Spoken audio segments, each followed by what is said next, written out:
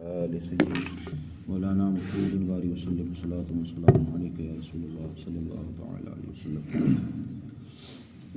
بسم اللہ الرحمن الرحیم۔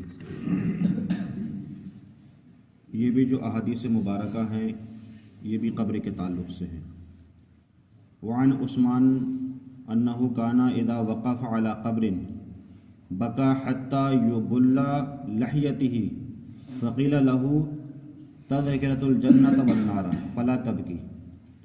حضرت عثمان رضی اللہ تعالیٰ عنہ سے روایت ہے کہ جب وہ کسی قبر پر کھڑے ہوتے تھے تو وہ اتنا روتے تھے قبر کے پاس کھڑے ہو کر کے کہ ان کی داڑھی مبارک تر ہو جاتی تھی۔ اب یہ حضرت عثمان کون ہے؟ یہ حضرت عثمان غنی رضی اللہ تعالیٰ عنہ اسلام کے تیسری خلیفہ ہیں۔ پہلے خلیفہ حضرت ابوبکر صدیق ہیں، دوسری خلیفہ حضرت عمر فاروق اعظم ہیں، اور تیسری خلیفہ حضرت عثمان غنی ہے۔ یہ اسلام کی تیسری خلیفہ ہیں، اور ان کے نکاح میں حضور صلی اللہ علیہ وسلم کی 2 بیٹیاں تھیں۔ اور آج ہم جو قرآن پاک پڑھتے ہیں تو جس طریقے سے جس نسب و نسب کے ساتھ جو قرآن پاک ہے یہ انہی کے دور کا لکھا ہوا ہے جو آج تک چھپتا ہوا نظر آ رہا ہے۔ تو اس رسم عثمانی پر ہی یہ قرآن مجید ہے۔ تو آپ عشرہ مبشرہ میں سے بھی، مطلب آپ جنتی بھی ہیں۔ اللہ کے رسول نے آپ کو دنیا میں ہی جنتی ہونے کی بشارت دے دی تھی، لیکن اس کے باوجود آپ کا کیا حال ہے کہ جب آپ کسی قبر پر جاتے ہیں، حدیث پاک ہے جب آپ کسی بھی قبر پر کھڑے ہوتے ہیں تو بکا، آپ اتنا روتے ہیں کہ حتی یبل لحیتہ، کہ آپ کی داڑھی مبارک تر ہو جاتی ہے، مطلب روتے روتے۔ فقیل لہ، تو آپ کے جو ساتھی تھے وغیرہ تو انہوں نے پوچھا آپ کیوں روتے ہیں؟ فقیل لہ، آپ کیوں کہتے ہیں ایسا؟ مطلب تذکرۃ الجنہ والنار، جب آپ جنت اور دوزخ کا کہیں ذکر کرتے ہیں، کوئی بیان کرتے ہیں، کوئی خطبہ دیتے ہیں، تب تو آپ نہیں روتے ہیں، لیکن جب قبر پر کھڑے ہوتے ہیں تو بہت روتے ہیں، کیا مسئلہ ہے؟ فلا تبکی، تب آپ نہیں روتے ہیں۔ وہ تبکی من ھذا، اور یہاں آپ رو رہے ہیں قبر کے پاس۔ فقالا، تو حضرت عثمان نے فرمایا کہ ان رسول اللہ صلی اللہ علیہ وسلم قال ان القبر اول منزل من منازل آخرہ، کہ رسول پاک صلی اللہ علیہ وسلم نے ارشاد فرمایا قبر جو ہے وہ آخرت کی منزلوں میں سے پہلی منزل ہے۔ مطلب قبر جو ہے وہ پہلی ایک سیڑھی ہے، اس کے بعد باقی منزلیں ہیں۔ آپ فرماتے ہیں کہ میرے آقا صلی اللہ علیہ وسلم نے ارشاد فرمایا کہ آخرت کی منزلوں میں سے پہلی منزل جو ہے وہ قبر ہے۔ فَإِن نَجَا مِنْهُ فَمَا بَعْدُهُ أَيَّسْرَ مِنْهُ، جو یہاں نجات پا گیا، مطلب جو پہلی قبر منزل میں یہاں پر وہ نجات پا گیا تو وہ باقی جو منزلیں ہوں گی، اس کی حشر ہے اور اس کے ساتھ حساب و کتاب ہے، وہ سب اس کے ساتھ آسان ہو جائے گا۔ وَإِن لَّمْ يَنْجُ مِنْهُ، اور جو یہاں نجات نہیں پایا، یہاں پکڑ گیا، تو فَمَا بَعْدُ أَشَدَّ مِنْهُ، تو اس کے بعد جو منزلیں ہوں گی اس سے سخت کیا ہے، حساب لیا جائے گا۔ تو گویا کہ اس حدیث پاک سے ہماری سمجھ میں یہ آیا کہ قبر جو ہے وہ آخرت کی منزلوں میں سے پہلی منزل ہے۔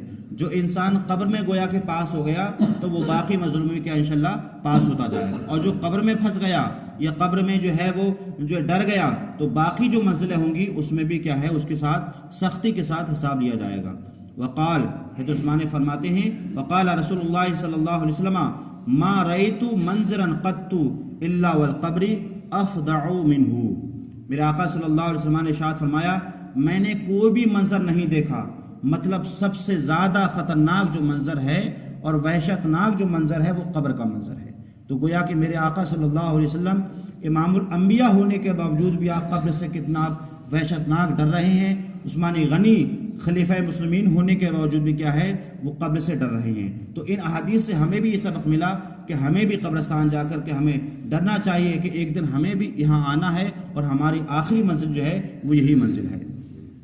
وعنہ قال کان نبی صلی اللہ علیہ وسلم اذا فرغ من دفن المیت وقف علیہ فقال استغفروا لاخیکم ثم صلوا له، میرے آقا صلی اللہ علیہ وسلم نے ارشاد فرمایا، اور آپ کا یہ قانون تھا، آپ کا یہ عمل تھا کہ اذا فرغ من دفن، جب کہ آپ کسی میت کو دفن کرتے تھے، مطلب کسی میت کو دفن سے آپ فارغ ہو جاتے تھے، وقف علیہ، تو آپ وہاں ٹھہرتے تھے وہی قبر کے پاس میں، فقال، اور آپ فرماتے تھے کہ استغفروا لاخیکم، تم اپنے بھائی جو قبر میں گیا ہے، تم اپنے مردہ بھائی کے لیے استغفار کی دعا کرو، ثم صلوا له بالتثبیت، اور اس کے لیے ثابت قدم رہنے کی دعا کرو۔ اچھا، اب استغفار کی دعا کا مطلب کیا ہے؟ مطلب وہاں کھڑے رہو۔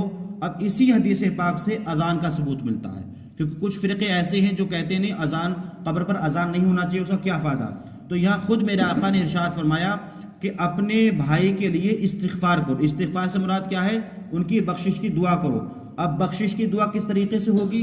بخشش کی دعا بھی ایک کا طریقہ یہ بھی ہے کہ جب وہاں اذان پڑھیں گے تو شیطان جو قبر میں آ کر کے اور مردے کو جو بہلا رہا ہے، پھسلا رہا ہے، تو شیطان اذان کی آواز سن کر بھاگ جائے گا اور مردہ وہ صحیح طریقے سے کیا دے گا؟ جواب دے دے گا۔ کیوں؟ ایک حدیث پاک میں یہ بھی ہے کہ جب فرشتے سوال کرتے ہیں مردے سے تو شیطان اپنی طرف اشارہ کرتا، کہتا میں رب تیرا رب ہوں، میں تیرا دین ہوں، مطلب وہاں بھی اس کو جو ہے وہ بہکانے کی کوشش کرتا ہے۔ تو اس لیے اس حدیث پاک سے فقہاء نے فرمایا کہ وہاں پر اذان دی جائے، جب اذان دی جائے گی تو شیطان اذان کو سن کر بھاگ جائے گا اور مردہ جو ہے وہ صحیح طریقے سے کیا ہے؟ جواب دے دے گا۔ تو گویا کہ کیا ہے، ہمیں اپنے مردوں کے قبر کے پاس میں کیا ہے؟ ان کے لیے دعا کرنا چاہیے۔ ثم صلوا له بالتثبیت، اور ان کے لیے ثابت قدم رہنے کی دعا کرنا چاہیے۔ فإنه الآن أيصلوا، کیونکہ اس وقت جو وقت ہے ان کے سوال و جواب کا وقت ہے۔ تو گویا کہ ہم وہاں رہیں گے تو گویا کہ اس سے کیا ہے؟ مردے کی ہمت بڑھے گی۔ کہتے نہیں ہے کہ ایک اموقلہ کے ایک سے دو بھلے۔ تو ایک حدیث پاک میں یہ بھی ہے کہ میرے آقا صلی اللہ علیہ وسلم نے ارشاد فرمایا کہ مردے کو دفن کرنے کے بعد جو اس کے رشتہ دار ہیں، جو اہل خانہ ہیں، وہ قبر کے پاس کھڑے رہیں، اس وقت تک کھڑے رہے جب تک کہ ایک اونٹ کو ذبح کر کے اس کا گوشت تقسیم کر دیا جاتا ہے۔